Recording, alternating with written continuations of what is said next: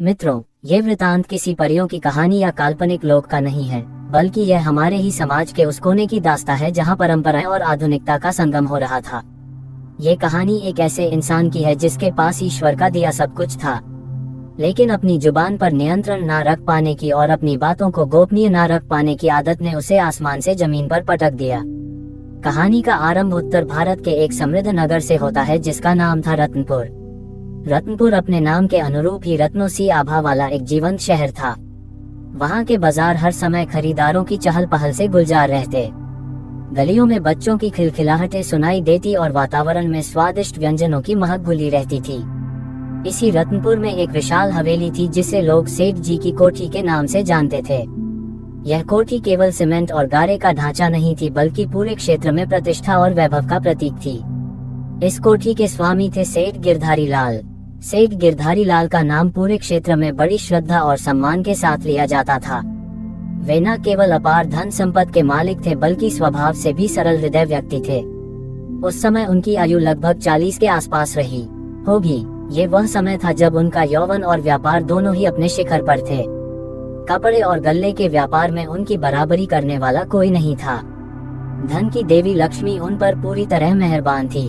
घर में उनकी पत्नी कमला थी जो साक्षात ग्रह लक्ष्मी का अवतार थी, और उनके 2 बेटे थे जो अपनी शिक्षा पूरी कर रहे थे। बाहरी तौर पर देखने से गिरधारी लाल का जीवन किसी सपने के सच होने जैसा लगता था। उनके पास नौकरों की एक लंबी कतार थी, आने जाने के लिए मोटर गाड़ियां थी और समाज के ऊंचे तबके में उनकी बैठ थी।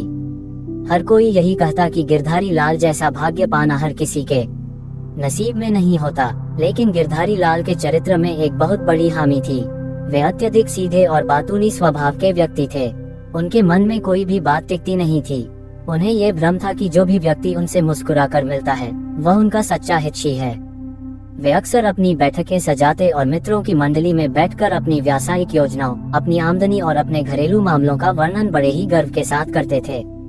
उन्हें अपनी इस पारदर्शिता और खुले दिल पर अभिमान था। वे अक्सर कहते थे, भाई मैं तो एक खुली किताब की तरह हूँ, मेरे पास छिपाने जैसा कुछ है ही नहीं। वे इस बात से अनभिज्ञ थे कि उनकी यही खुली किताब होने की आदत उनके जीवन में कैसा विनाशकारी तूफान लाने वाली थी। उस दिन रत्नपुर में मौसम बड़ा ही मनमोहक था।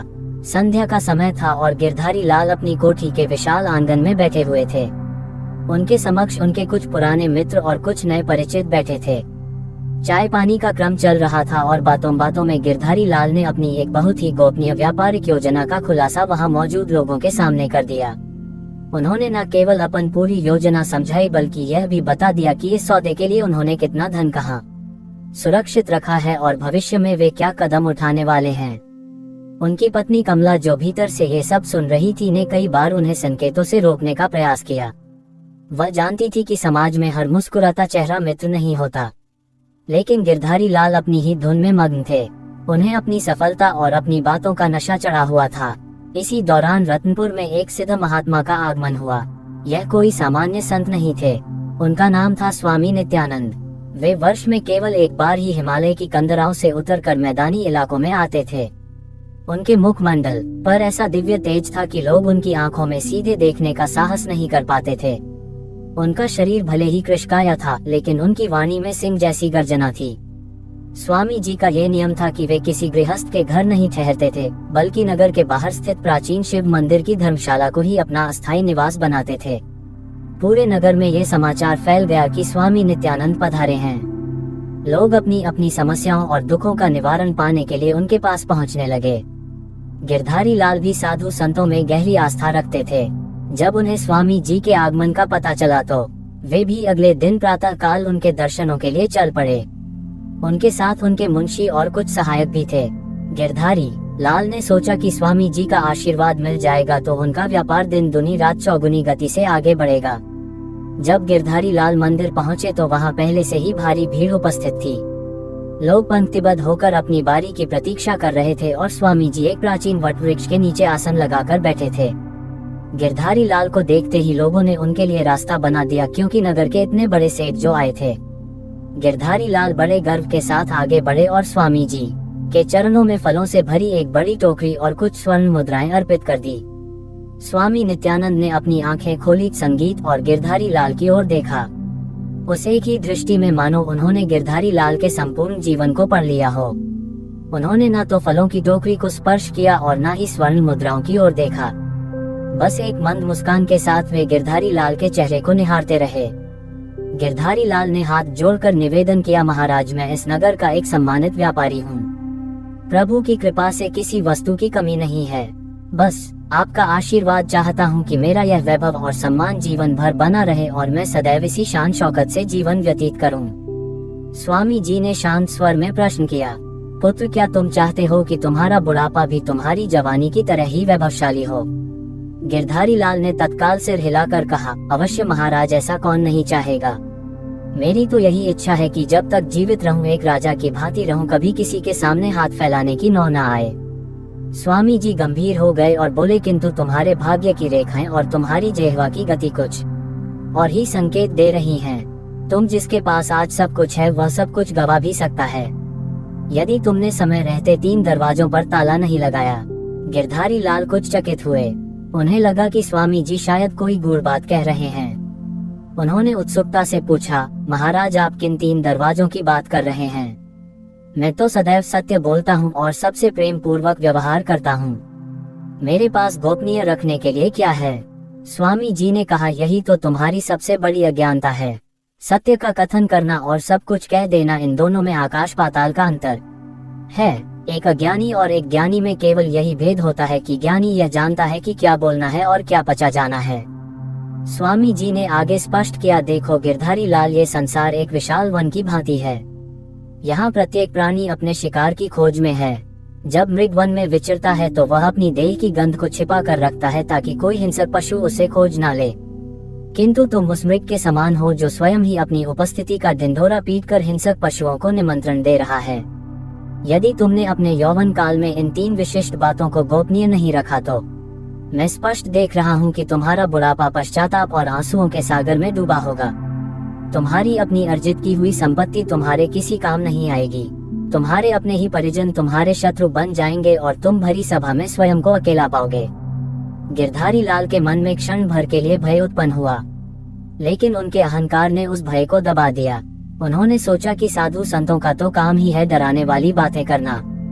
मेरे पास इतना धन है, इतने निष्ठावान लोग हैं, मेरा कोई क्या बिगाड़ सकता है? फिर भी शिष्टाचार वश उन्होंने पूछ लिया, महाराज, वे 3 बातें क्या है? कृपा करके मुझे बताए, मैं उनका पालन करने का प्रयास करूंगा। तब स्वामी जी ने जो कहा वह अत्यंत महत्वपूर्ण था। उन्होंने गिरधारी लाल को समीप बुलाकर कहा, सुनो, पहली बात का संबंध तुम्हारे धन और तुम्हारी तिजोरी से है, लेकिन यह वह नहीं है जैसा तुम समझ रहे हो। दूसरी बात का संबंध तुम्हारे घर की दीवारों और तुम्हारे संबंधों से है, और तीसरी बात जो सबसे अधिक महत्वपूर्ण है, उसका संबंध तुम्हारी अपनी दुर्बलता और तुम्हारे अपमान से है। यदि तुमने इन 3 दरवाजों को खुला छोड़ दिया तो विनाश को भीतर आने से कोई नहीं रोक सकता। स्वामी जी अभी अपनी बात पूरी तरह समझा भी नहीं पाए थे कि तभी वहाँ कुछ हलचल हुई। मंदिर के द्वार पर कुछ अन्य धनी व्यक्ति और संगीत नगर के अधिकारी आ गए थे। गिरधारी लाल का ध्यान भटक गया। उन्होंने सोचा कि स्वामी संगीत जी की बातें तो सुन ली, अब इन बड़े लोगों से मिलना भी आवश्यक है। वे स्वामी जी को प्रणाम करके वहां से उठ खड़े हुए और उन लोगों से मिलने चले गए। स्वामी जी ने उन्हें जाते हुए देखा और एक गहरी सांस ली। वे समझ गए थे कि गिरधारी लाल ने उनकी चेतावनी को गंभीरता से नहीं लिया है। उन्होंने धीमे स्वर में अपने पास बैठे शिष्यों से कहा, जब विनाश का समय आता है तो सबसे पहले विवेक नष्ट हो जाता है। ये व्यक्ति स्वर्ण के ढेर पर बैठा है, लेकिन इसे ये ज्ञात नहीं है कि उस ढेर के नीचे बारूद बिछा है जिसे यह अपनी ही जिह्वा की चिंगारी से प्रज्वलित करने वाला है। गिरधारी लाल मंदिर से वापस अपनी कोठी आ गए। दिन बीते, महीने बीते और वर्ष बीतने लगे। गिरधारी लाल का व्यापार और भी विस्तृत होता गया। उनकी यह आदत कि वे अपनी हर सफलता का शोर मचाते थे और भी बढ़ गई। वे अक्सर पार्टियों में, विवाह समारोह में और सभाओं में अपनी कमाई के रहस्य, अपने घर के विवाद और अपनी कमजोरियां हंसी मजाक में लोगों को बता देते थे। उन्हें लगता था कि लोग उनके अपने हैं, लेकिन उनकी पीठ पीछे लोग उनका उपहास करते थे और उनकी कमजोरियों को अपनी डायरी में नोट करते जाते थे। समय का चक्र घूमा और गिरधारी लाल के बेटे बड़े हो गए। उनके विवाह हो गए, घर में बहुएं आ गई। कोठी अब पहले से भी अधिक भरी पूरी हो गई थी। गिरधारी लाल को लगा कि अब उनका जीवन और भी सरल हो जाएगा। लेकिन यहीं से उस अभिशाप का आरंभ हुआ जिसकी भविष्यवाणी स्वामी नित्यानंद ने वर्षों पहले की थी। गिरधारी लाल ने अपनी जवान में जो 3 बातें गुप्त नहीं रखी थी, अब वे बीज से वृक्ष बन चुकी थी और उन पर कड़वे फल लगने आरंभ हो गए थे। सबसे पहला प्रभाव उनके व्यापार पर दिखना शुरू हुआ। गिरधारी लाल को आदत थी कि वे अपने व्यापार के गुप्त रहस्य अपने मित्रों और संबंधियों को बता देते थे। उनका एक व्यावसायिक प्रतिद्वंदी था जिसे गिरधारी लाल ने अपनी सरलता में अपना मित्र समझ लिया था। गिरधारी लाल ने उसे अपने व्यापार की वह गोपनीय तकनीक और उन आपूर्तियों का नेटवर्क बता दिया था जो उनकी सफलता का आधार स्तंभ थे। उन्हें लगता था कि वह तो मित्र है, वह क्या हानि पहुंचाएगा, लेकिन मनुष्य की नियत को बदलने में देर नहीं लगती। उस प्रतिद्वंदी ने गिरधारी लाल द्वारा दी गई जानकारी का उपयोग करके धीरे धीरे उनके ग्राहकों को अपनी ओर खींचना शुरू कर दिया। गिरधारी लाल अपनी सफलता के मध्य में चूर थे और उधर उनकी जड़ें काटी जा रही थी। बात केवल व्यापार तक ही सीमित नहीं रही, घर के भीतर भी परिस्थितियां बदलने लगी थी। गिरधारी लाल ने अपनी पत्नी और बच्चों के बीच होने वाली साधारण नोकझोंक और मतभेदों को भी कभी गोपनीय नहीं रखा था। वे अक्सर बाहरी लोगों से सलाह मांगते थे कि मेरा बेटा मेरी सुनता नहीं है, मेरी बहू बहुत खर्चीली है, मुझे क्या करना चाहिए। जिन लोगों से वे सलाह लेते थे उन्होंने ही उन बातों में नमक मिर्च लगाकर पूरे नगर में प्रचारित कर दिया। इससे उनके बेटों और बहुओं के मन में अपने पिता के प्रति सम्मान घटने लगा। उन्हें लगने लगा कि पिताजी घर की प्रतिष्ठा को बाहर नीलाम करते हैं। धीरे धीरे बेटों ने पिता से अपने मन की बातें कहना बंद कर दिया और घर में एक अदृश्य दीवार खड़ी हो गई। कहानी में एक नया मोड़ तब आया जब गिरधारी लाल 60 वर्ष के हो गए। अब उनका शरीर शिथिल होने लगा था। वे व्यापार से धीरे धीरे पीछे हटने का विचार कर रहे थे और सारी जिम्मेदारी बेटों को सौंपना चाहते थे। इसी बीच देश में आर्थिक मंदी का एक दौर आया और उनके व्यापार को भारी नुकसान हुआ। ये वो समय था जब गिरधारी लाल को अपने उन गुप्त संसाधनों की आवश्यकता थी जो हर बुद्धिमान व्यक्ति बुरे समय के लिए बचा कर रखता है और किसी को नहीं बताता। लेकिन गिरधारी लाल तो खुली किताब थे। उन्होंने जो कुछ भी संचित किया था वह सबको ज्ञात था। उनके बेटों को, उनके मुंशी को और यहाँ तक कि उनके कर्जदारों को भी ये पता था कि सेठ जी के पास कितना धन है और कहाँ है। जैसे ही नुकसान की खबर फैली, कर्जदार कोठी के दरवाजे पर आ खड़े हुए क्योंकि सबको उनकी संपत्ति का सटीक ज्ञान था। इसलिए कोई भी रियायत या मोहलत देने को तैयार नहीं था। बेटों ने भी अपने हाथ खड़े कर दिए। उन्होंने कहा कि पिताजी आपने ही तो सब कुछ प्रबंधित किया था, अब आप ही इससे निपटिए। गिरधारी लाल स्तब्ध रह गए। जिन बेटों के लिए उन्होंने अपना पूर्ण जीवन लगा दिया, आज वे उनसे आंखें चुरा रहे थे। और वह प्रतिद्वंदी जिसे उन्होंने अपने व्यापार के रहस्य बताए थे, आज नगर का नया सेठ बन बैठा था और गिरधारी लाल की कोठी को खरीदने का प्रस्ताव भेज रहा था। ये वो क्षण था जब गिरधारी लाल को वट वृक्ष के नीचे बैठे उस स्वामी की याद आई। उनकी आंखों के सामने वो दृश्य घूम गया जब स्वामी जी ने कहा था कि यदि तुमने 3 बातें गुप्त नहीं रखी तो तुम्हारा बुढ़ापा आंसुओं में डूबेगा। आज वह भविष्यवाणी सत्य होती दिख रही थी, लेकिन अभी तो ये केवल आरंभ था। असली पतन तो अभी होना बाकी था। गिरधारी लाल ने अभी भी पूर्ण रूप से हार स्वीकार नहीं की थी। उन्हें लगा कि उनके पास अभी भी कुछ ऐसा है जिससे वे वापसी कर सकते हैं, लेकिन वे ये भूल रहे थे कि उन्होंने अपनी जवानी में जो तीसरी सबसे बड़ी गलती की थी वो अब उनके सामने एक विकराल रूप धारण करने वाली थी। एक रात गिरधार लाल अपनी कोठी के उसी आंगन में अकेले बैठे थे जहां वे कभी महफिलें सजाया करते थे। आज वहां पूर्ण सन्नाटा था। बिजली का बिल जमा न होने के कारण कोठी का अधिकांश हिस्सा अंधकार में डूबा हुआ था। तभी उनका पुराना वफादार नौकर दीनू उनके पास आया। दीनू की आंखों में आंसू थे। उसने कहा कि मालिक मुझे क्षमा कर दीजिए, मैं अब और यहाँ काम नहीं कर सकता, कृपया मेरा हिसाब कर दीजिए। गिरधारी लाल ने कांपते हाथों से अपनी जेब में हाथ डाला, लेकिन वहाँ कुछ नहीं था। जिस हाथ ने अनगिनत लोगों को दान दिया था, आज वह अपने ही नौकर का हिसाब चुकाने में असमर्थ था। दीनों के जाने के बाद गिरधारी लाल उस अंधेरे आंगन में अकेले रह गए। जिस कोठी में कभी दिन रात उत्सव जैसा माहौल रहता था, आज वहाँ की खामोशी उन्हें डसने को दौड़ रही थी। दीनू केवल एक नौकर नहीं था, वो उस बीते हुए स्वर्ण युग का अंतिम साक्षी था जब गिरधारी लाल का सिक्का चलता था। उसके जाने के बाद गिरधारी लाल को पहली बार अपनी वास्तविक विवशता का अनुभव हुआ।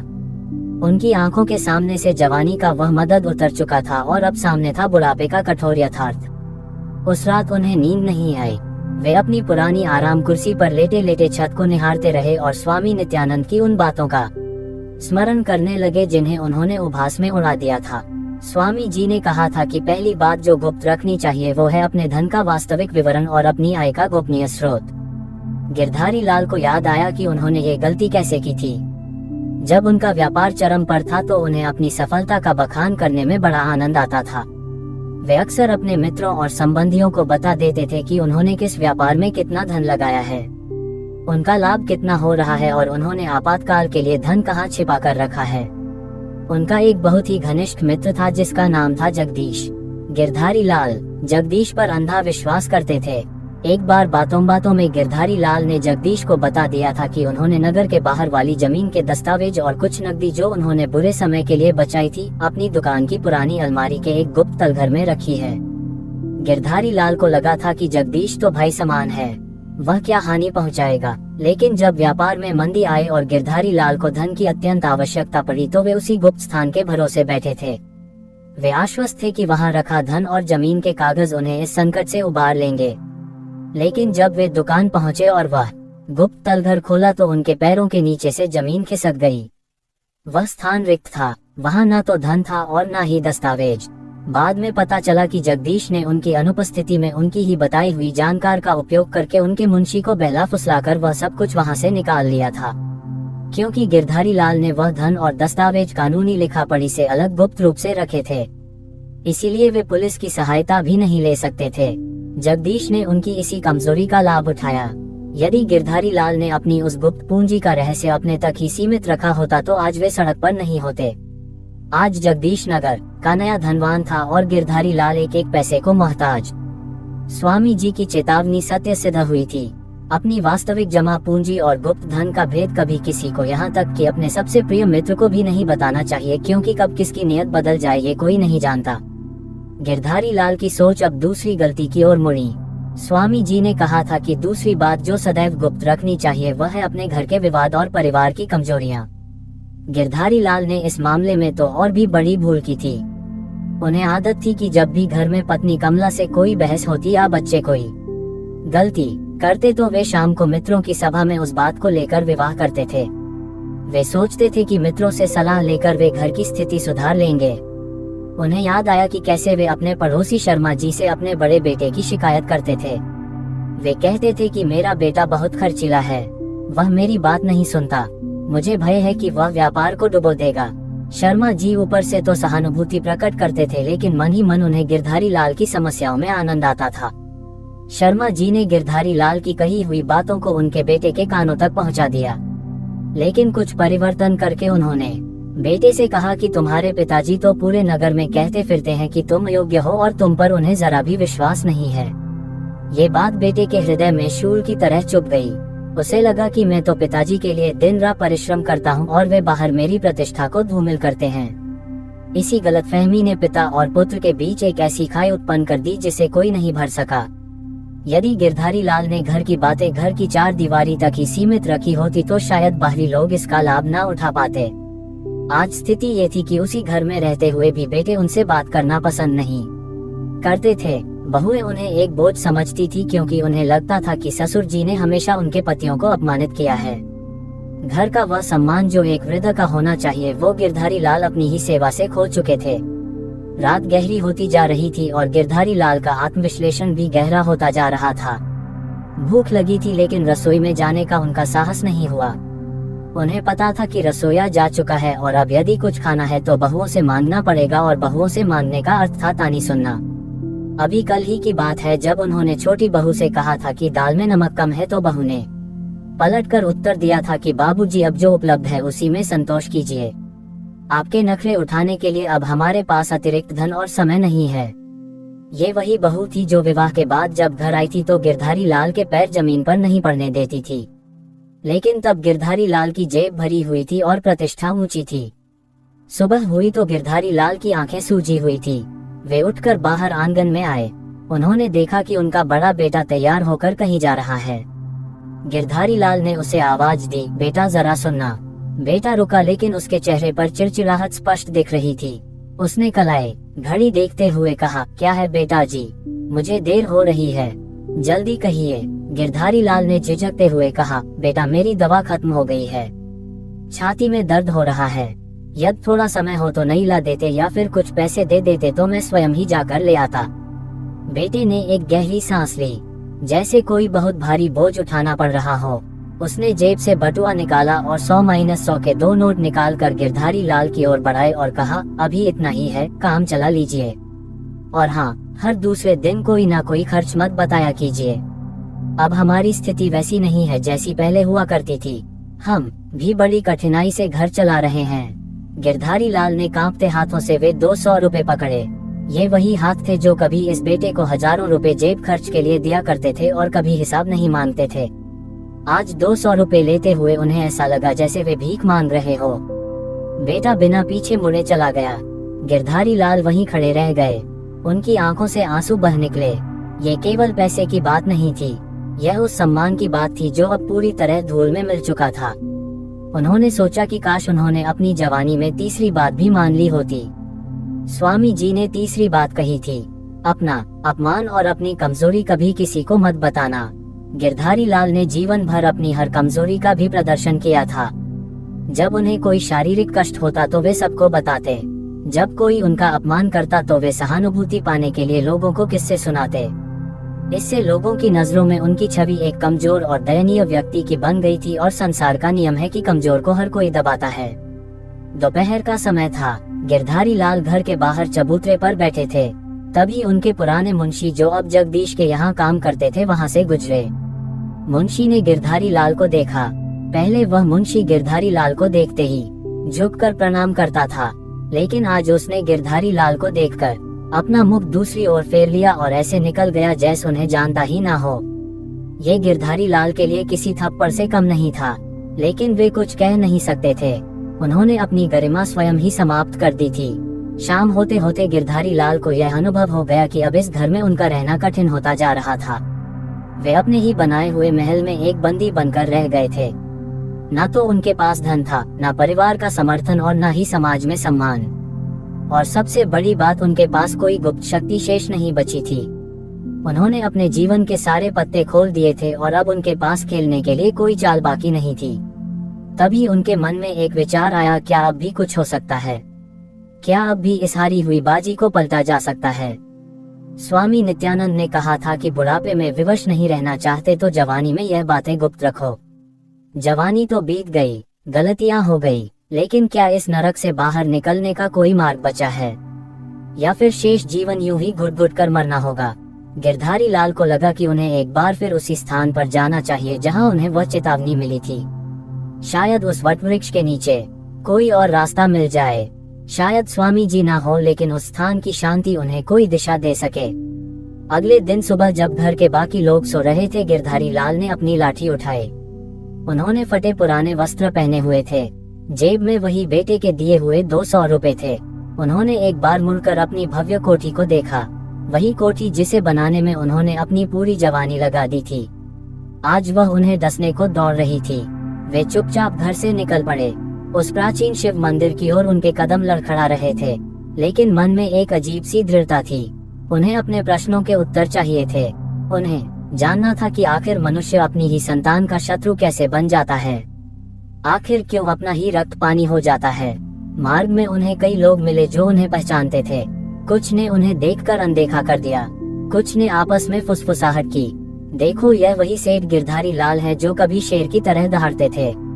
आज कैसी दयनीय स्थिति हो गई है। गिरधारी लाल ने सिर झुका लिया और चलते रहे।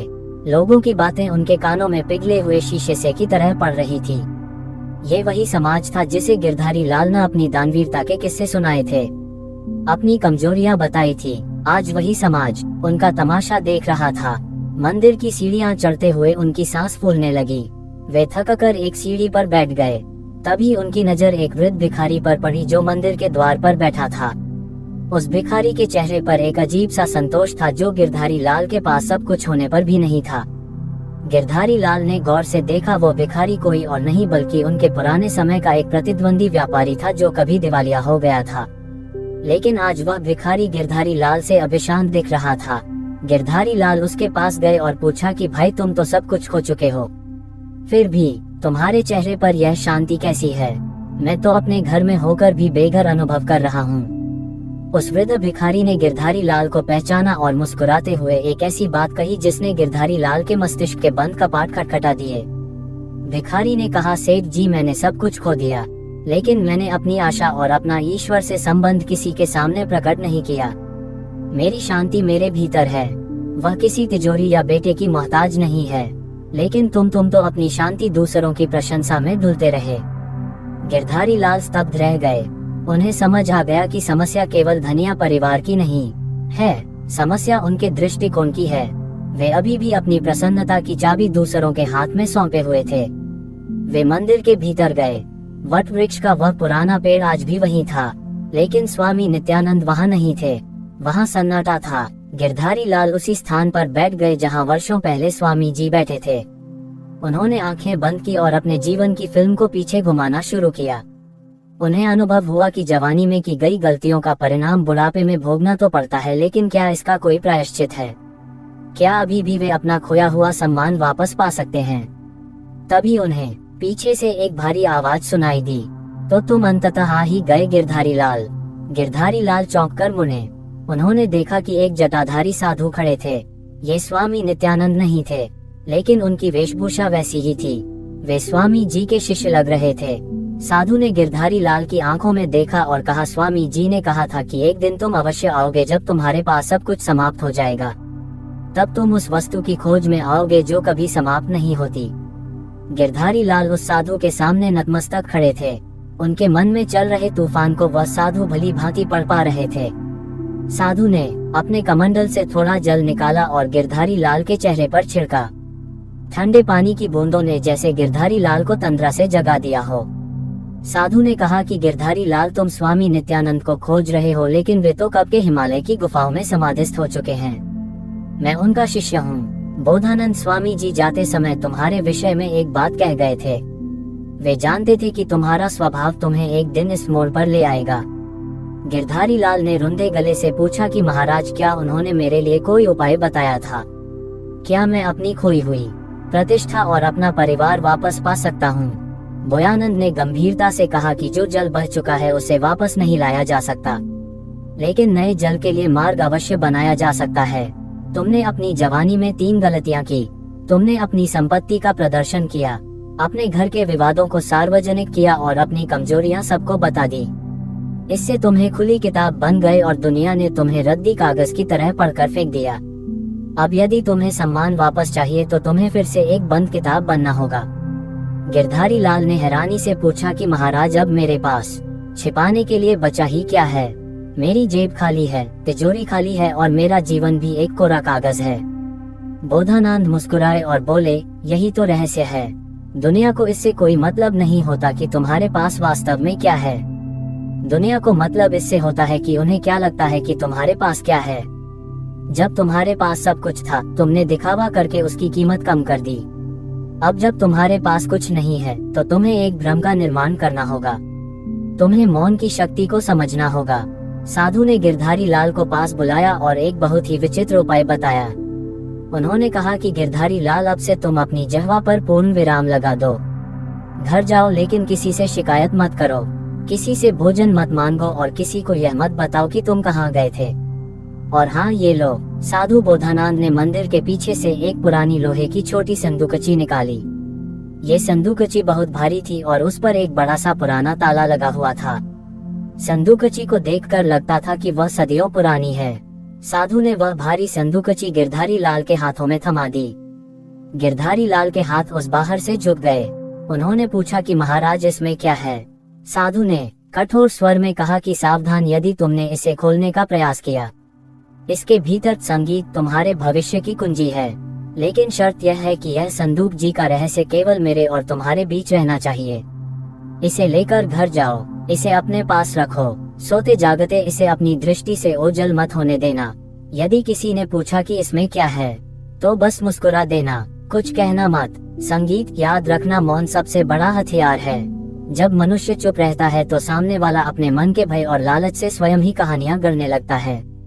अब जाओ और अपने उसी परिवार के बीच रहो जिसने तुम्हें त्याग दिया है। लेकिन इस बार गिरधारी लाल बनकर नहीं, बल्कि एक रहस्य बनकर। गिरधारी लाल को साधु की बात पूरी तरह समझ नहीं आई। लेकिन उनके पास और कोई विकल्प ही नहीं था। उस भारी संदूकची को अपने कंधे पर लाद कर वे वापस रत्नपुर की ओर चल पड़े। संदूकची का वजन काफी ज्यादा था, जिससे उनकी चाल बदल गई थी। अब वे लड़खड़ा नहीं रहे थे, बल्कि संगीत उस बोझ को संभालने के लिए उनके कदम मजबूती से जमीन पर पड़ रहे थे। शाम ढल चुकी थी जब गिरधारी लाल अपनी कोठी के द्वार पर पहुंचे। हमेशा की तरह घर का मुख्य दरवाजा खुला था। अंदर से बर्तनों के खटकने और टीवी चलने की आवाजें आ रही थी। गिरधारी लाल ने गहरी सांस ली और अंदर कदम रखा। इस बार उनके चेहरे पर वो विवशता नहीं थी जो सुबह थी। उनके चेहरे पर एक अजीब सी शांति और रहस्यमय मुस्कान थी। जैसे ही वे आंगन में पहुंचे, छोटी बहू की नजर उन पर पड़ी। उसने देखा कि बाबूजी सुबह के निकले अब वापस आए हैं। वस्त्र धूल से सने हैं, लेकिन उनके कंधे पर एक अजीब सी लोहे की संदूकची है जिसे उन्होंने बहुत कसकर पकड़ रखा है। बहू की नजर उस संदूकची पर अटक गई। वो लोहे की पेटी दिखने में बहुत पुरानी और कीमती लग रही थी। बहू के मन में तुरंत प्रश्नों का बवंडर उठने लगा। यह क्या है? बाबूजी तो खाली हाथ गए थे। ये भारी भरकम पेटी कहाँ से ले आए और इसे इतना संभाल कर क्यों पकड़े हैं? गिरधारी लाल ने किसी की ओर नहीं देखा। वे सीधे अपने उस छोटे से कमरे की ओर बढ़े जो सीढ़ियों के नीचे उन्हें रहने के लिए दिया गया था। उन्होंने कमरे में जाकर सबसे पहले उस संदूक जी को अपने बिस्तर के सिरहाने रखा। फिर उन्होंने अपनी पुरानी धोती से उसे साफ किया जैसे वह कोई बहुत पवित्र वस्तु हो। ये सब करते हुए वे बिल्कुल चुप थे। थोड़ी देर में बड़ा बेटा घर लौटा। छोटी बहू ने तुरंत जाकर उसे सूचना दी कि देखो पिताजी आ गए हैं और साथ में कोई पुरानी तिजोरी जैसा बक्सा लाए हैं। बड़ा बेटा पहले तो चिढ़ा कि फिर कोई कबाड़ उठा लाए होंगे। वो गुस्से में पिताजी के कमरे की तरफ गया। उसने देखा कि गिरधारी लाल बिस्तर पर लेटे हैं और वह संदूकची उनके बगल में रखी है, जिस पर उनका हाथ ऐसे रखा है जैसे कोई खजाना हो। बेटे ने कड़े स्वर में पूछा कि पिताजी सुबह से कहाँ थे और ये लोहे का कबाड़ कहाँ से उठा लाए? गिरधारी लाल ने आंखें खोली। उनकी आंखों में आज वह भय नहीं था जो कल तक था। उन्होंने बेटे को देखा, फिर संदूकची पर हाथ फेरा और एक हल्की सी मुस्कान के साथ अपना मुंह दूसरी और फेर लिया। उन्होंने एक शब्द भी नहीं कहा। बेटे को यह चुप्पी अजीब लगी। हमेशा तो पिताजी अपनी सफाई देने लगते थे, गिड़गिड़ाने लगते थे। आज यह व्यवहार कैसे बदल गया? उसने फिर पूछा कि मैं कुछ पूछ रहा हूँ, इसमें क्या है? गिरधारी लाल ने फिर वही किया। वे उठे, घड़े से पानी पिया और बेटे की आंखों में आंखें डालकर बहुत धीमे और गंभीर स्वर में बोले, समय आने पर सबको सब ज्ञात हो जाएगा। अभी मेरा विश्राम करने का समय है। बेटे के रोंगटे खड़े हो गए। पिताजी की आवाज में आज वो पुराना वाला रूप था जो वर्षों पहले हुआ करता था। वो समय आने पर पता चल जाएगा वाला वाक्य उसके मस्तिष्क में हथौड़े की तरह लगा। वो चुपचाप वहां से चला गया। रात के भोजन का समय हुआ। हमेशा की तरह किसी ने गिरधारी लाल को बुलाने की आवश्यकता नहीं समझी, लेकिन आज गिरधारी लाल को भूख का अनुभव भी नहीं हो रहा था। साधु की दी हुई संदूक जी ने उनका पेट नहीं बल्कि उनका आत्मविश्वास भर दिया था। लेकिन तभी एक आश्चर्यजनक घटना हुई। बड़ी बहू जो अक्सर गिरधारी लाल को बासी रोटियां देती थी, आज ताजी रोटियों की थाली लेकर उनके कमरे में आए। उसकी नजर भी बार बार उस संदूकची पर जा रही थी। मनुष्य का लालच उसे चैन से नहीं बैठने देता। बड़ी बहू ने सोचा कि हो ना हो बूढ़े ने कोई पुराना गड़ा हुआ धन प्राप्त कर लिया है या किसी पुराने कर्जदार ने धन लौटा दिया है। आखिर यह संदूकची इतनी भारी है और उस पर इतना बड़ा ताला लगा है। उसने बहुत मधुर स्वर में कहा, बाबूजी भोजन कर लीजिए, आप सुबह से भूखे होंगे। गिरधारी लाल मन ही मन मुस्कुराए। साधु की बात सत्य सिद्ध हो रही थी। मौन और रहस्य ने अपना कार्य आरंभ कर दिया था। उन्होंने थाली की ओर देखा, फिर बहू की ओर देखा और इशारे से थाली रखने को कहा। उन्होंने मुंह से एक शब्द नहीं निकाला, ना धन्यवाद दिया, ना शिकायत की कि सब्जी में नमक कम है या ज्यादा। इस चुप्पी ने बहू को और अधिक बेचैन कर दिया। वो कमरे से बाहर निकली और सीधे अपनी देवरानी के पास गई। दोनों के बीच फुसफुसाहट शुरू हो गई। निश्चित रूप से कोई बड़ी बात है। बाबूजी का व्यवहार ही बदल गया है। कहीं ऐसा तो नहीं कि उनके पास सच में कोई गुप्त खजाना था जो उन्होंने अब तक छिपा कर रखा था। अगले 2-3 दिनों में घर का वातावरण पूरी तरह बदलने लगा। गिरधारी लाल अब घर के किस कार्य में हस्तक्षेप नहीं करते थे। वे अधिकांश समय अपने कमरे में उस संदूक जी के पास बैठे रहते या फिर शाम को उसके ताले को एक बार जांचते और फिर निश्चिंत होकर बैठ जाते। उन्होंने घर वालों से पैसे मांगना बंद कर दिया था। अब वे फटे कुर्ते के स्थान पर अपनी पुरानी संदूक जो पहले से उनके पास थी, उसे निकालकर धुले हुए साफ वस्त्र पहनने लगे थे। उनकी दाढ़ी बनी रहती थी। ये परिवर्तन देखकर बेटों की धड़कनें बढ़ रही थी। एक रात दोनों बेटे छत पर बैठकर मदिरा पान कर रहे थे। छोटे बेटे ने कहा, भैया मुझे तो लगता है हम पिताजी को पहचानने में भूल कर गए। याद है जब उनका व्यापार डूबा था तभी लोग कहते थे कि बनिए की बुद्धि और सेठ की माया का कोई अंत नहीं पा सकता। हो सकता है उन्होंने अपने बुरे समय के लिए कुछ स्वर्ण आभूषण कहीं दबा रखे हो जिसे अब वे वापस ले आए हैं। बड़े बेटे ने गिलास खाली किया और कहा, संभव है उस दिन शर्मा जी भी कह रहे थे कि गिरधारी लाल आजकल बड़े ठाठ से रह रहा है। अवश्य कहीं से बड़ा धन हाथ लगा है। और वह संदूक जी मैंने उठाने का प्रयास किया था जब विस्तान घर गए थे। बहुत भारी, संगीत है, हिलती भी नहीं। निश्चित रूप से उसमें सोने के सिक्के या आभूषण होंगे। यदि ऐसा है तो हमें पिताजी को प्रसन्न रखना पड़ेगा, वरना बुढ़ापे में वह सारी संपत्ति किसी मंदिर या ट्रस्ट को दान कर देंगे। यही वह लालच था जिसने रिश्तों के समीकरण बदल दिए। जो बेटे कल तक पिता को बोझ समझते थे, अब उन्हें पिता में एक निवेश दिखाई देने लगा था। ये प्रेम नहीं था, ये शुद्ध व्यापार था। लेकिन गिरधारी लाल अब इन सब से ऊपर उठ चुके थे। वे देख रहे थे कि कैसे उनकी बहुएं अब सुबह शाम उनकी सेवा में लगी रहती थी। उनके वस्त्र समय पर धुलने लगे थे। भोजन में अब घी और दूध की मात्रा बढ़ गई थी। लेकिन गिरधारी लाल ने अपनी जीवा का ताला नहीं खोला।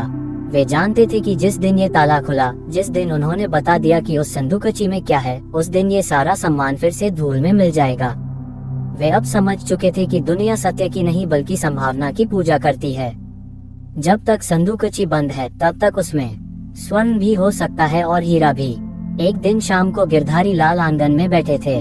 तभी उनका वही पुराना मित्र जगदीश, जिसने उन्हें धोखा दिया था, उनके घर के सामने से अपनी नई गाड़ी में गुजरा। उसने गिरधारी लाल को देखा। पहले वह मुंह फेर लेता था, लेकिन आज उसने देखा कि गिरधारी लाल बड़े आराम से बैठे हैं। उनके चेहरे पर एक तेज है और घर के नौकर उनके आगे पीछे घूम रहे हैं। जगदीश के मन में भी खलबली मच गई। उसने गाड़ी रोकी और नीचे उतरा। जगदीश मुस्कुराते हुए आया और बोला, अरे गिरधारी लाल भाई, बहुत दिनों बाद दिखे, कैसे हो? क्या हाल चाल है? गिरधारी लाल ने उसे देखा। पुरानी यादें ताजा हो गई कि कैसे इस व्यक्ति ने उनकी गुप्त बातें जानकर उन्हें बर्बाद किया था। लेकिन आज गिरधारी लाल ने कोई शिकायत नहीं की। उन्होंने बस एक रहस्यमयी मुस्कान दी और कहा, सब समय का खेल है जगदीश। जो चला गया वह अपना नहीं था, जो पास है वह किसी को दिखाई नहीं देता। ये पहेली जगदीश संगीत के मस्तिष्क में घूम गई। उसकी नजर भी अंदर कमरे में रखी उस संदूकची पर पड़ी जो दरवाजे से दिख रही थी। जगदीश व्यापारिक बुद्धि का व्यक्ति था। उसने सोचा कि गिरधारी लाल जैसा पुराना खिलाड़ी इतनी सरलता से हार नहीं मान सकता। निश्चित रूप से इसके पास कोई गुप्त धन था जो अब इसने निकाला है। जगदीश का व्यापार तुरंत बदल गया। वह भी अब गिरधारी लाल को सम्मान देने लगा। धीरे धीरे पूरे रत्नपुर में ये कान्हा फूसी होने लगी कि सेठ गिरधारी लाल की पुरानी समृद्धि वापस आ गई है। किसी को वास्तविकता नहीं पता थी, लेकिन कहानियां सब गढ़ रहे थे। कोई कहता कि उन्हें पैतृक खजाना मिला है, कोई कहता कि लॉटरी लगी है। गिरधारी लाल ने किसी बात का खंडन नहीं किया। वे बस मौन रहे। लेकिन इस खेल में एक खतरा था। वह संदूक जी जो अब गिरधारी लाल की शक्ति बन गई थी, वही उनके जीवन के लिए संकट भी बन सकती थी। घर में लालच बढ़ रहा था और लालच मनुष्य को अंधा कर देता है। एक रात गिरधारी लाल को नींद में कुछ खटका सुनाई दिया। उन्होंने अपनी आंखें नहीं खोली, बस अपनी श्वास की गति को सामान्य बनाए रखा। उन्होंने अनुभव किया कि कोई उनके कमरे में प्रविष्ट हुआ है और दबे पांव उनकी खाट के पास आ रहा है। अंधकार में एक परछाई उस लोहे की संदूकची की ओर झुकी। गिरधारी लाल का हृदय जोर से धड़कने लगा। उन्हें पता था कि यदि आज ये संदूकची खुल गई तो उनका सारा खेल समाप्त हो जाएगा। वो ब्रह्मास्त्र जो साधु ने उन्हें दिया था वह व्यर्थ हो जाएगा। परछाई ने संदूक जी के ताले को टटोला। गिरधारी लाल ने पहचान लिया, यह उनका छोटा बेटा था। वो चाबियों का एक गुच्छा लेकर आया था और ताले में चाबी लगाने का प्रयास कर रहा था। कमरे में गहरा सन्नाटा था, जिसे केवल दीवार पर टंगी घड़ी की टिक टिक भंग कर रही थी। गिरधारी लाल का छोटा बेटा हाथ में चाबियों का गुच्छा लिए उस लोहे के संदूकची के ताले से संघर्ष कर रहा था। उसके माथे पर पसीना था और हाथ कांप रहे थे। लालच उसे यहाँ तक ले आया था, लेकिन पकड़े जाने का भय उसके हृदय पर हथौड़े की तरह प्रहार कर रहा था। गिरधारी लाल जगे हुए थे। वे अपनी बंद पलकों के पीछे से सब कुछ अनुभव कर रहे थे। उन्हें अपने बेटे पर क्रोध नहीं आया बल्कि दया आई।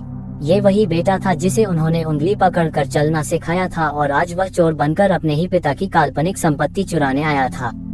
जैसे ही बेटे ने ताले में एक और चाबी फंसाने का प्रयास किया, लोहे की हल्की सी खनक हुई। इसी क्षण गिरधारी लाल ने जानबूझकर जोर से खांसा और करवट बदली। खांसने की आवाज सन्नाटे में किसी विस्फोट जैसी लगी। बेटा बुरी तरह घबरा गया। उसके हाथ से चाबियों का गुच्छा छूटकर जमीन पर गिरते गिरते बचा। वो हड़बड़ा कर पीछे हटा और अंधकार में ही दीवार से चिपक गया। अपनी सांसें रोके खड़ा रहा। गिरधारी लाल ने धीरे से अपनी आंखें खोली और अंधकार में उस दिशा में देखा जहां उनका बेटा छिपा था। उन्होंने भारी और गंभीर आवाज में पूछा, कौन है वहाँ? क्या कोई मूषक घुसाया है? बेटे की आवाज गले में ही अटक गई। उसे समझ नहीं आया कि वह क्या उत्तर दे। उसने कांपती आवाज में झूठ बोला, जी बाबूजी, मैं हूँ। मुझे लगा शायद आपको प्यास लगी होगी तो पानी देखने आया था। गिरधारी लाल मन ही माने सफेद झूठ पर हंसे। जो बेटा वर्षों से पिता को एक गिलास पानी देने नहीं आया, वह आज आधी रात को प्यास की चिंता कर रहा था। गिरधारी लाल ने उठकर खाट के पास रखा लोटा उठाया और पानी पिया। फिर उन्होंने बहुत ही शांत लेकिन चेतावनी भरे स्वर में कहा, पानी तो है बेटा, लेकिन इस कमरे में प्यास से अधिक लोभ की गंध आ रही है। जाओ, जाकर सो जाओ। और हाँ, इस संदूकची के पास मूषकों का आना ठीक नहीं है। इसमें जो औषधि रखी है वह मूषकों के लिए विष का कार्य कर सकती है। बेटे के होश उड़ गए। उसे लगा कि पिताजी को सब पता चल गया है। वो दबे पांव वहां से ऐसे भागा जैसे किसी ने उसके पीछे भूत लगा दिया हो। गिरधारी लाल ने संदूक जी को खींचकर अपने सीने के और समीप कर लिया। उस रात उन्हें एक बात समझ आ गई, ये लोग अब इस संदूक जी को प्राप्त करने के लिए किसी भी सीमा तक जा सकते हैं। अब उन्हें और भी अधिक सतर्क रहना होगा। अगली सुबह जब सूर्य निकला तो कोठी का वातावरण कुछ बदला बदला सा था। रात वाली घटन ने बेटों और बहुओं के बीच हलचल मचा दी थी। छोटे बेटे ने सबको बता दिया था कि पिताजी बहुत सतर्क हैं और उस संदूक जी के पास जाना खतरे से खाली नहीं है। अब उन्होंने अपनी रणनीति बदल ली थी। उन्होंने सोचा कि चोरी करने से काम नहीं बनेगा, अब सेवा का अभिनय करना पड़ेगा। घी जब सीधी उंगली से ना निकले और टेढ़ी उंगली से भी ना निकले तो पात्र को ही गर्म करना पड़ता है, यानी पिताजी का हृदय पिघलाना होगा। गिरधारी लाल जब सोकर उठे तो देखा कि बड़ी बहू उनके लिए नीम का दातुन और गर्म पानी लेकर खड़ी थी। छोटी बहू उनके कमरे की सफाई कर रही थी। बड़ा बेटा, जो कभी समाचार पत्र भी स्वयं नहीं उठाता था, आज गिरधारी लाल के पैरों में तेल की मालिश करने के लिए तेल की कटोरी लिए बैठा था। ये दृश्य देखकर गिरधारी लाल को हंसी भी आए और घृणा भी। ये प्रेम नहीं था, ये शुद्ध व्यापार था। वे लोग पिता की सेवा नहीं कर रहे थे, वे उस लोहे की संदूकची की पूजा कर रहे थे। गिरधारी लाल ने भी अब इस नाटक में मुख्य अभिनेता की भूमिका निभाने का निश्चय कर लिया था। उन्होंने बड़े बेटे से मालिश करवाते हुए कहा, बेटा, बुढ़ापा बहुत कष्टकारी होता है, शरीर साथ छोड़ देता है, पर संतोष इस बात का है कि मेरी संतान श्रवण कुमार जैसी है। कल रात मुझे स्वप्न आया कि मैं अपनी सारी संपत्ति किसी अनाथालय को दान कर दूं। आखिर मृत्यु के पश्चात धन का क्या उपयोग? ये सुनते ही बेटे के हाथ रुक गए। कमरे में सन्नाटा छा गया। बहुएं काम छोड़कर एक दूसरे को देखने लगी। अनाथालय शब्द ने उनके पैरों तले जमीन खिसका दी थी। बड़े बेटे ने तुरंत स्थिति संभालते हुए कहा, अरे पिताजी, कैसी अशुभ बातें कर रहे हैं आप? हम तो आपके दास हैं। अनाथालय की क्या आवश्यकता? आपका जो कुछ भी है वह सुरक्षित हाथों में ही रहेगा। आप बस आदेश कीजिए, हम प्राण न्यौछावर कर देंगे। गिरधारी लाल ने तिरछी नजरों से उस संदूकची को देखा और बोले, हाँ ये तो है, लेकिन मुझे लगता है कि वसीयत पक्की कर लेनी चाहिए। क्या पता कब बुलावा आ जाए और इस संदूकची में जो विरासत है वह सही उत्तराधिकारी को ही मिलनी चाहिए, जो मेरी सबसे अधिक सेवा करेगा, जो मेरे मन को सबसे अधिक प्रसन्न करेगा। ये कुंजी उसी के हाथ में जाएगी। ये गिरधारी लाल का फेंका हुआ सबसे बड़ा पासा था। उन्होंने परिवार के बीच प्रतिस्पर्धा की अग्नि प्रज्वलित कर दी थी। अब दोनों बेटे और दोनों बहुएं एक दूसरे को डीचा दिखाने में लग गए। हर कोई यही चाहता था कि पिताजी की दृष्टि में वह दूसरे से श्रेष्ठ बने। घर में जो विवाद पहले काम ना करने को लेकर होते थे, अब वे विवाद गिरधारी लाल की सेवा करने के अधिकार को लेकर होने लगे। बड़ी बहू कहती, बाबूजी के वस्त्र मैं धोऊंगी। छोटी बहू कहती, नहीं, उनका भोजन मैं बनाऊंगी। तुम्हें तो उनके पसंद का मसाला डालना भी नहीं आता। बेटे शाम को जल्दी घर आने लगे ताकि पिताजी के साथ समय बिता सके। गिरधारी लाल मजे से आंगन में बैठते चाय की चुस्कियां लेते और इस तमाशे का आनंद लेते। वे वही पुराने गिरधारी लाल थे, वही पुरानी कोठी थी, लेकिन सिर्फ एक मौन और एक बंद संदूक जी ने उनकी दुनिया बदल दी थी। लेकिन इस खेल का एक मनोवैज्ञानिक प्रभाव भी हो रहा था। गिरधारी लाल धीरे धीरे रिश्तों की वास्तविकता देखकर भीतर से और भी अधिक कठोर होते जा रहे थे। उन्हें अब किसी पर विश्वास नहीं रहा था। वे जान गए थे कि यह प्रेम तब तक ही है जब तक वह ताला बंद है। उन्होंने अपने मन को पूरी तरह वैरागी बना लिया था। कुछ दिनों बाद गिरधारी लाल ने एक और चाल चली। उन्होंने सोचा कि इनकी परीक्षा ली जाए, देखें कि इनका लालच इनके अहंकार से कितना बड़ा है। दोपहर का समय था। गिरधारी लाल ने अपने छोटे बेटे को बुलाया। छोटा बेटा एक बड़ी कंपनी में प्रबंधक था और उसे अपने पद का बहुत अभिमान था। गिरधारी लाल ने उससे कहा, बेटा मेरे पैरों में बहुत दर्द हो रहा है और ऐंठन हो रही है, मुझसे झुका नहीं जाता, जरा मेरे पैरों को दबा तो दे। बेटे को झटका लगा। वो जो कार्यालय में दर्जनों लोगों को आदेश देता है, आज पिता के पैर दबाएगा। उसके चेहरे पर घृणा के भाव आए। उसने कहा, पिताजी मैं मालिश वाले को बुला देता हूँ, वह अच्छे से दबा देगा। गिरधारी लाल ने ठंडी सांस ली और संदूकची की ओर देखते हुए बुदबुदाए, सही कहा, अपना रक्त तो अपना ही होता है। पर शायद अब वह बात नहीं रही। लगता है सेवा का भाव कम हो गया है। कोई बात नहीं, मैं वकील साहब को बुलाकर उस ट्रस्ट के कागज तैयार करवा ही लेता हूँ। वकील और ट्रस्ट शब्द सुनते ही बेटे का अहंकार चकनाचूर हो गया। लालच ने तुरंत उसके अभिमान का गला घोट दिया। वो तुरंत जमीन पर बैठ गया और बोला, अरे नहीं पिताजी, मालिश वाले को क्यों बुलाना, मैं हूँ ना, लाइए मैं अभी दबा देता हूँ। और उस बेटे ने, जिसने कभी पिता को पानी नहीं पिलाया था, अपने महंगे वस्त्र खराब होने की चिंता किए बिना पिता के पैरों को अपनी गोद में रखा और दबाने लगा। गिरधारी लाल ऊपर से उसे देख रहे थे। उनकी आंखों में विजय नहीं बल्कि गहरा दुख था। उन्हें दुख हो रहा था कि धन मनुष्य को कितना नीचे गिरा सकता है। जिस पिता के चरणों की सेवा प्रेम से होनी चाहिए थी, आज वह सेवा स्वर्ण के लालच में हो रही थी।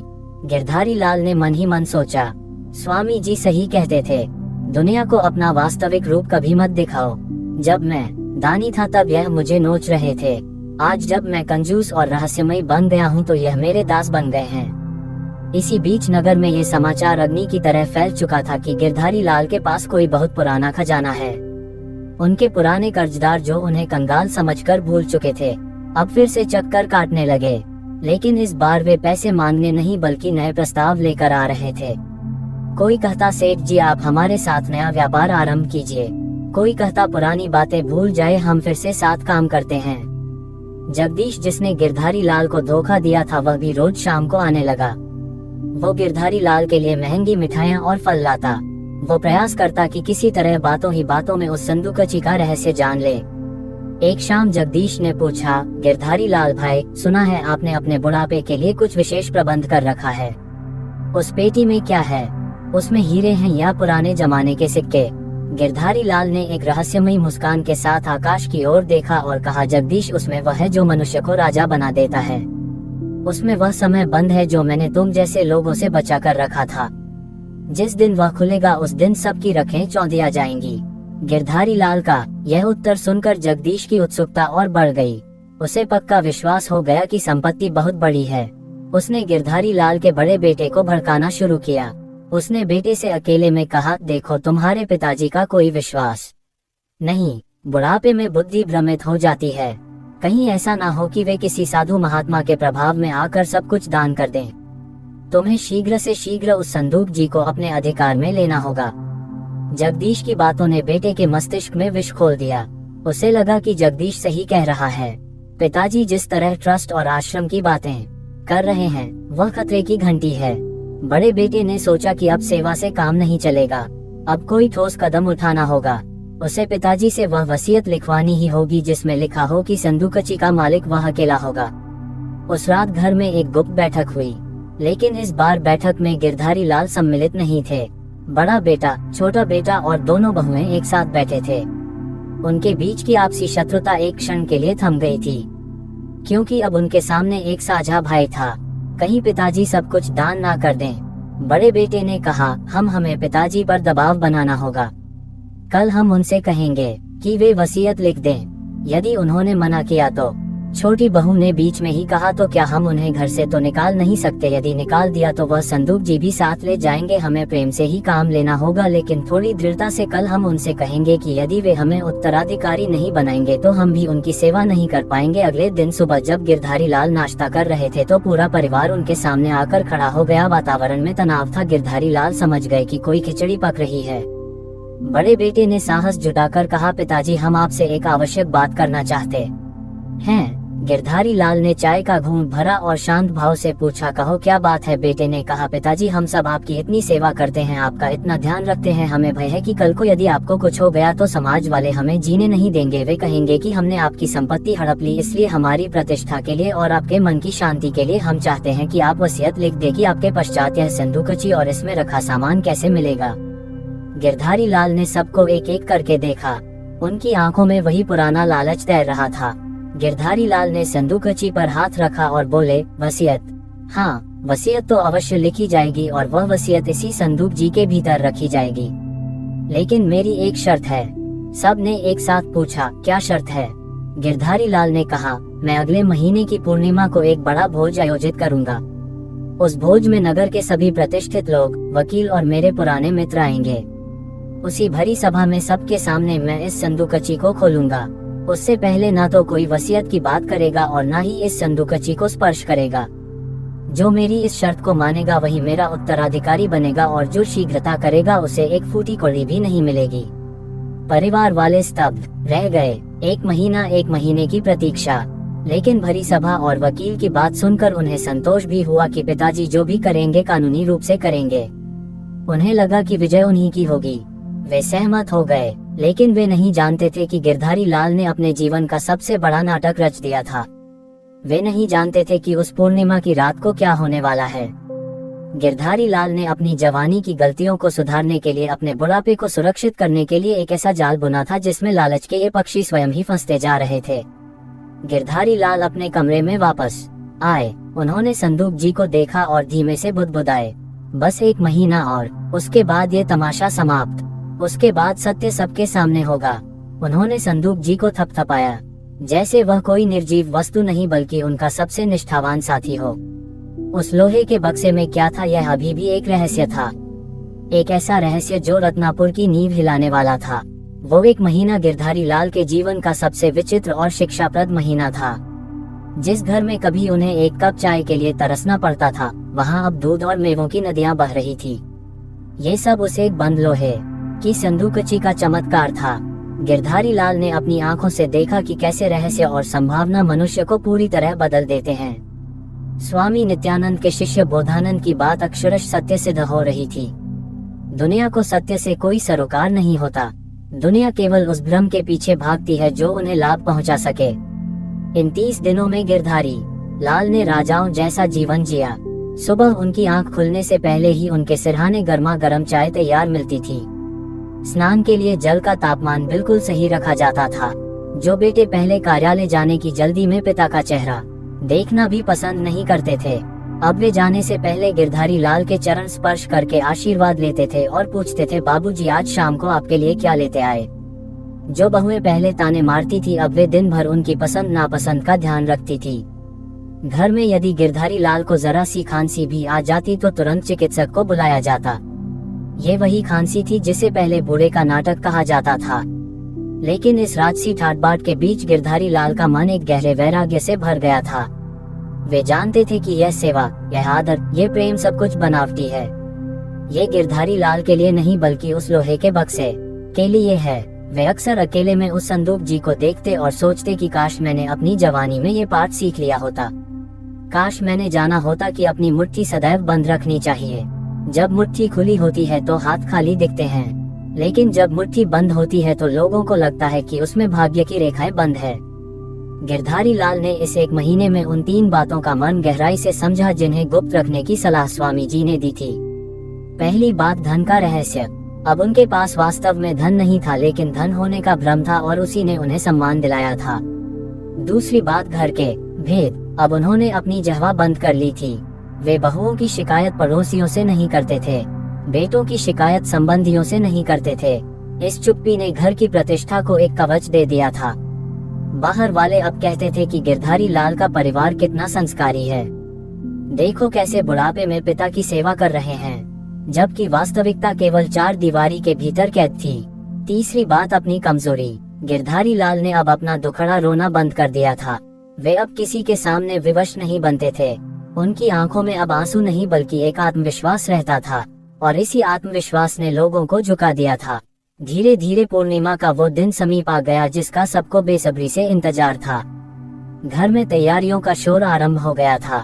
बेटों ने इस आयोजन को बहुत भव्य बनाने का निश्चय किया था। उन्होंने सोचा कि जब पिताजी खजाना खोलेंगे और वसीयत करेंगे तो पूरा नगर साक्षी होना चाहिए। उन्होंने नगर के सबसे बड़े हलवाई को बुलाया था। घर को फूलों और रोशनी से सजाया जा रहा था। टेंट और शामियानी लगाए जा रहे थे। बेटों के मन में लड्डू फूट रहे थे। बड़े बेटे ने अपनी पत्नी से रात में कहा, देखना पिताजी के पास कम से कम 50-60 तोले स्वर्ण तो होगा ही। पुराने जमाने के लोग हैं, नोटों पर विश्वास नहीं करते, स्वर्ण ही रखते हैं। जैसे ही वसीयत मेरे नाम होगी, मैं सबसे पहले एक नई गाड़ी खरीदूंगा और हम सब घूमने चलेंगे। छोटी बहू ने अपने पति से कहा, सुनो, तुम पिताजी के पास ही बैठे रहना।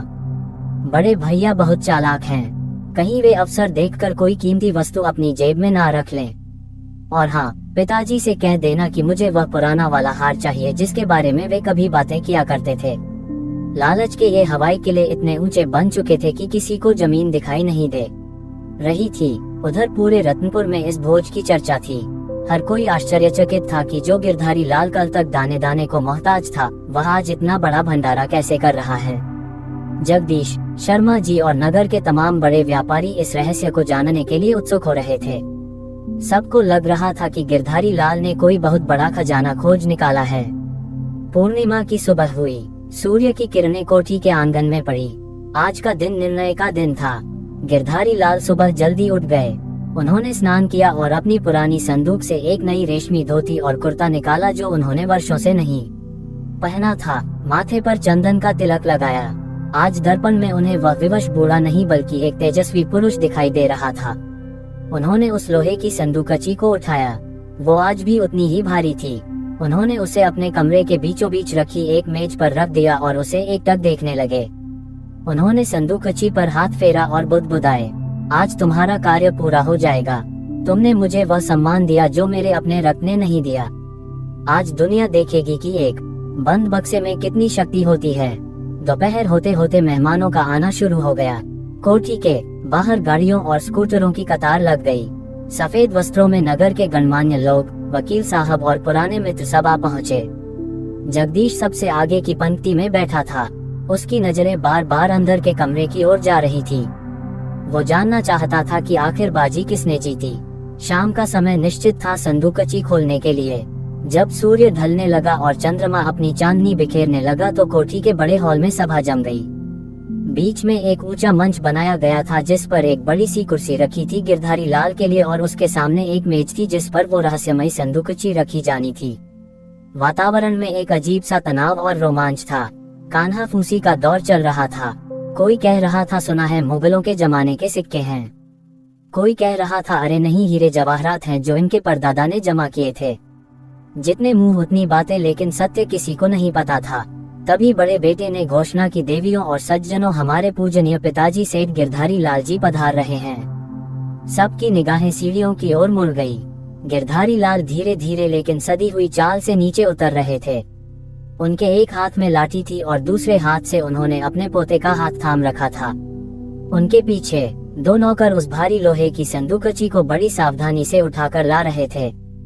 हॉल में सन्नाटा छा गया। सुई गिरने की भी आवाज सुनी जा सकती थी। गिरधारी लाल मंच पर पहुंचे और अपनी कुर्सी पर विराजमान हुए।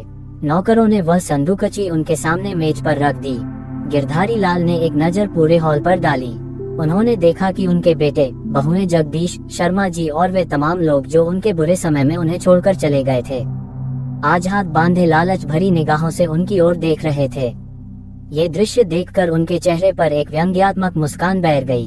वकील साहब अपनी फाइल लेकर बगल में खड़े हो गए। उन्होंने माइक संभाला और कहा, आज सेठ गिरधारी लाल जी अपनी वसीयत की घोषणा करेंगे और अपनी गुप्त संपत्ति का बंटवारा करेंगे।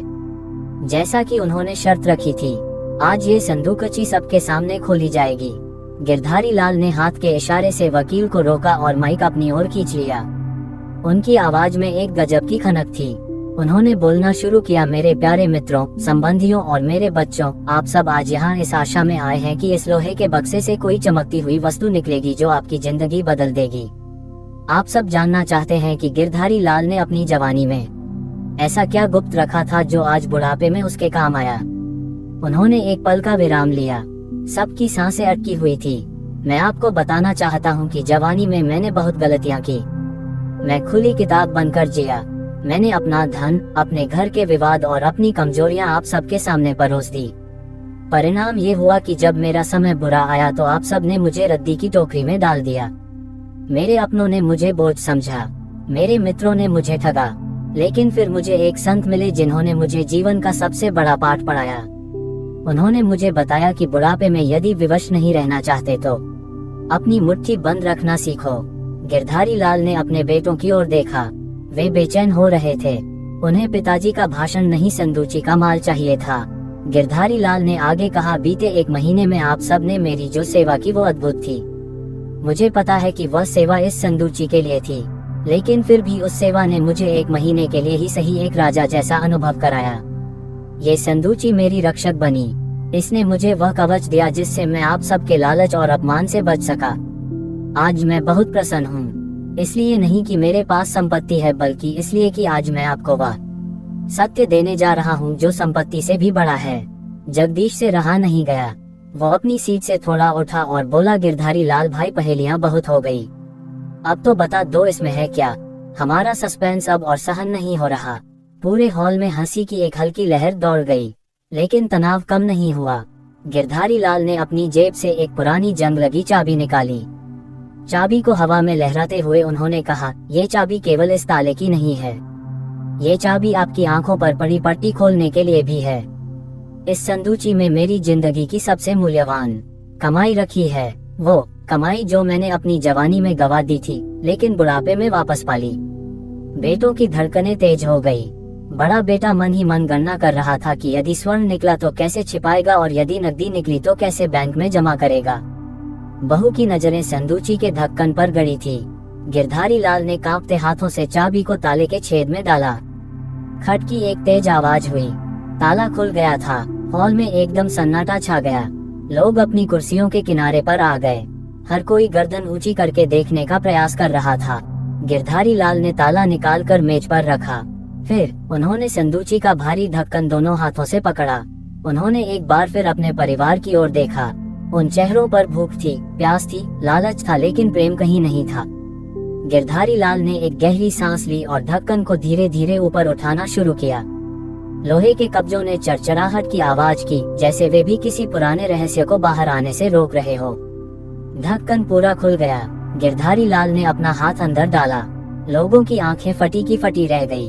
सबको उम्मीद थी कि स्वर्ण की चमक बाहर आएगी या हीरो की रोशनी दिखेगी, लेकिन संदूक जी के भीतर से कोई रोशनी नहीं आई। गिरधारी लाल ने अंदर से कुछ निकाला और उसे सबके सामने ऊपर हवा में उठा दिया। वो कोई स्वर्ण का हार नहीं था, वो कोई नोटों की गड्डी नहीं थी, वो कुछ और ही था, कुछ ऐसा जिसने वहां मौजूद हर व्यक्ति के होश उड़ा दिए। बेटों के चेहरों का रंग ऐसे उड़ गया जैसे किसी ने उनके गाल पर तमाचा मारा हो। जगदीश मुंह खोले देखता रह गया। गिरधारी लाल के हाथों में वह वस्तु थी जिसे देखकर वहां मौजूद हर इंसान की सांसें थम गई। वो कोई सोने की ईंट नहीं थी, ना ही वह हीरो का हार था। वो नदी के किनारे मिलने वाला एक साधारण बेडोल और काला पत्थर था। जी हाँ, एक भारी पत्थर। गिरधारी लाल ने उस पत्थर को मेज पर रखा और संदूक जी को पूरी तरह पलट दिया। धड़ की आवाज के साथ दर्जनों भारी पत्थर मेज पर गिर पड़े। उस लोहे की संदूकची में पत्थरों के सिवाय और कुछ भी नहीं था। हॉल में एक पल के लिए इतना गहरा सन्नाटा छा गया जैसे किसी की मृत्यु हो गई हो। फिर अचानक कुल्हार मच गया। बड़े बेटे के मुंह से चीख निकल गई। उसने चिल्लाकर कहा कि यह क्या भद्दा मजाक है। पिताजी, आप हमारे साथ छल कर रहे थे। जगदीश तो अपनी कुर्सी से उठकर हक्का बक्का खड़ा था। उसकी आंखों में वह लालच अब शर्मिंदगी और क्रोध में बदल रहा था। बहुएं जो अभी कुछ क्षण पहले तक गिरधारी लाल की आरती उतारने को तैयार थी, अब घृणा से मुंह बिचक रही थी। गिरधारी लाल अपनी कुर्सी पर शांत बैठे रहे। उनके चेहरे पर एक विजेता की मुस्कान थी। उन्होंने माइक को अपने पास खींचा और भारी आवाज में बोले, शांत हो जाए, शोर मत मचाए, ये छल नहीं है, यह एक दर्पण है जो मैं आज आप सबको दिखाना चाहता था। पूरा परिवार क्रोध में था, लेकिन गिरधारी लाल की आवाज में आज ऐसी कड़क थी कि सब चुप हो गए। गिरधारी लाल ने एक पत्थर उठाया और उसे दिखाते हुए कहा, पिछले 1 महीने से तुम सब इस पत्थर की पूजा कर रहे थे। तुम सब मेरे पैर नहीं दबा रहे थे, तुम इस पत्थर का भार तौल रहे थे, तुम मुझे दूध और बादाम नहीं खिला रहे थे, तुम इस पत्थर को भोग लगा रहे थे। मुझे आज बहुत दया आ रही है तुम सब पर। एक पिता जब जीवित था, हाड़ मांस का बना था, तब तुम्हें वह बोझ लगता था, लेकिन जब उसी पिता ने एक लोहे के बक्से में कुछ पत्थर भर दिए और उस पर ताला लगा दिया तो वह तुम्हें ईश्वर लगने लगा। उन्होंने बेटे की आंखों में आंखें डालकर कहा, बेटा तुम वसीयत मांग रहे थे ना, यही मेरी वसीयत है। ये पत्थर साक्षी है कि इस दुनिया में मनुष्य की कीमत नहीं होती, कीमत उसकी जेब की होती है। जब तक तुम्हें लग रहा था कि इस बक्से में खजाना है, मैं तुम्हारे लिए पूजनीय था। जैसे ही पता चला कि इसमें पत्थर है, तुम्हारी नजरों में मेरा सम्मान भी पत्थर हो गया। गिरधारी लाल खड़े हो गए।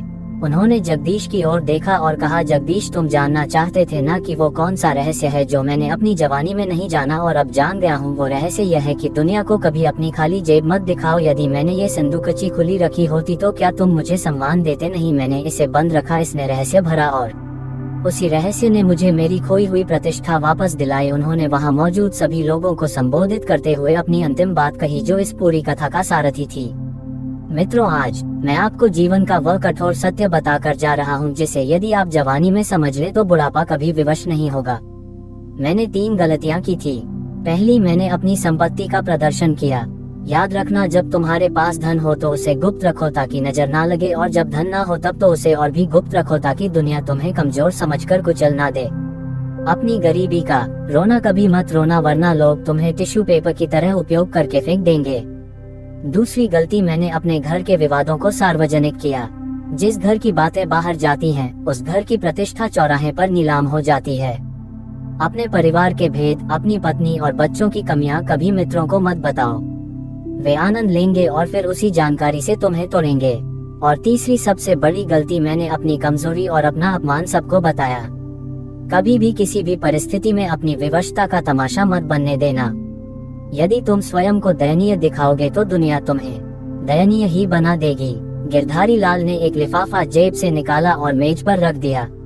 उन्होंने कहा, इस लिफाफे में इस कोठी के कागज हैं। मैं ये कोठी तुम लोगों के नाम करता हूँ। वैसे भी यह कोठी अब ईंट पत्थर के मकान से अधिक कुछ नहीं बची है, क्योंकि इसमें से संबंध कब के मर चुके हैं।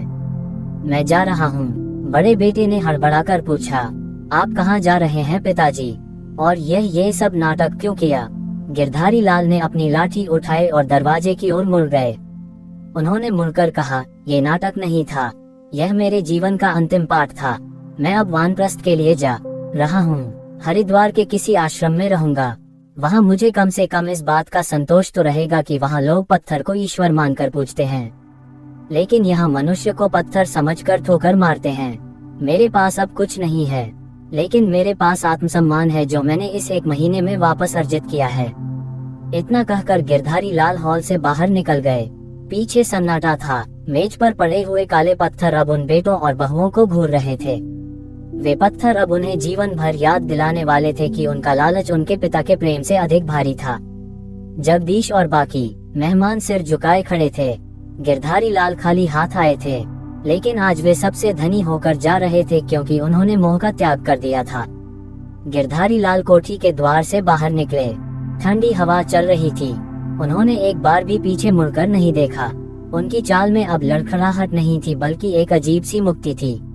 उन्होंने समझ लिया था कि जीवन का वास्तविक खजाना संदूकची में नहीं बल्कि मन की शांति और संतोष में है। उन्होंने जवानी में अपनी जहवा खोलकर सब गवाया था, लेकिन बुढ़ापे में अपनी मुट्ठी बंद करके उन्होंने अपना स्वाभिमान बचा लिया।